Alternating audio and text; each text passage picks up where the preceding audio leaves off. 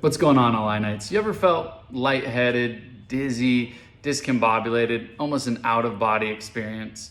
That's pretty common, unfortunately, and a lot of times it can be due to something that's going on in your neck called cervicogenic dizziness. So just to be clear, there's a lot of reasons you could feel dizzy, right?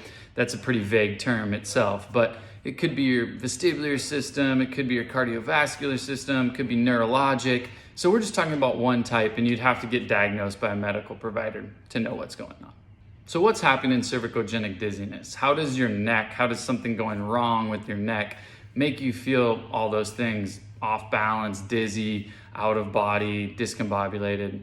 I think the easiest way to think about it is if you feel balanced, right? It's your body knows where it is in space. If you're feeling unbalanced or dizzy, it's your body's having trouble telling where it is in space. Your neck is obviously attached to your head, right? And it plays a big role in letting your brain, your head, and eyeballs know where it is in space, right? How do you know when you look forward versus look to the left or right?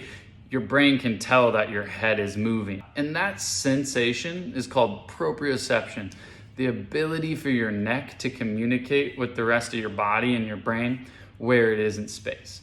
So proprioception comes from receptors in your joints, the joints of your neck, the muscles of your neck, and they can respond to changes in pressure, mechanical sensation to report to your brain, hey, we're moving, we're here, we're there.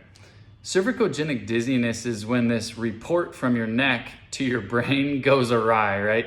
Your neck is no longer sending accurate information to your brain about where your head is in space. You could imagine if your brain and eyeballs are having trouble telling, well, where are we? Are we bent left, bent right, forward, up, down? That's gonna be very disconcerting and discombobulating to your body, and it can make you feel that kind of dizzy, spaced out of body experience.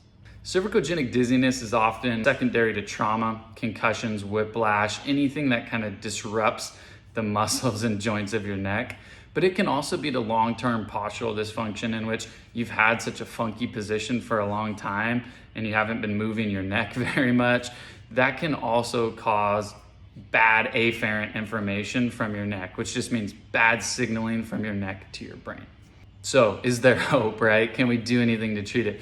And it's one of those where you definitely can get results with therapy and other interventions.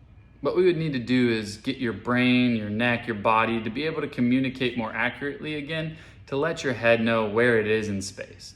There's lots of different ways to do this. I'm just gonna show you one really interesting one, which is joint position error testing. And that's also used as a rehabilitative measure.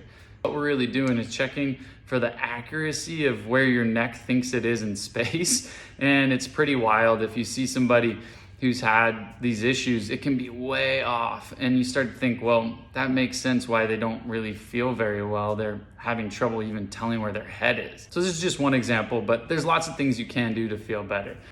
Reach out with any questions. I'll try to answer them as best I can and get you to the right spot. Thanks for sticking around, Alignites. I'll talk to you guys soon. Hope this was helpful.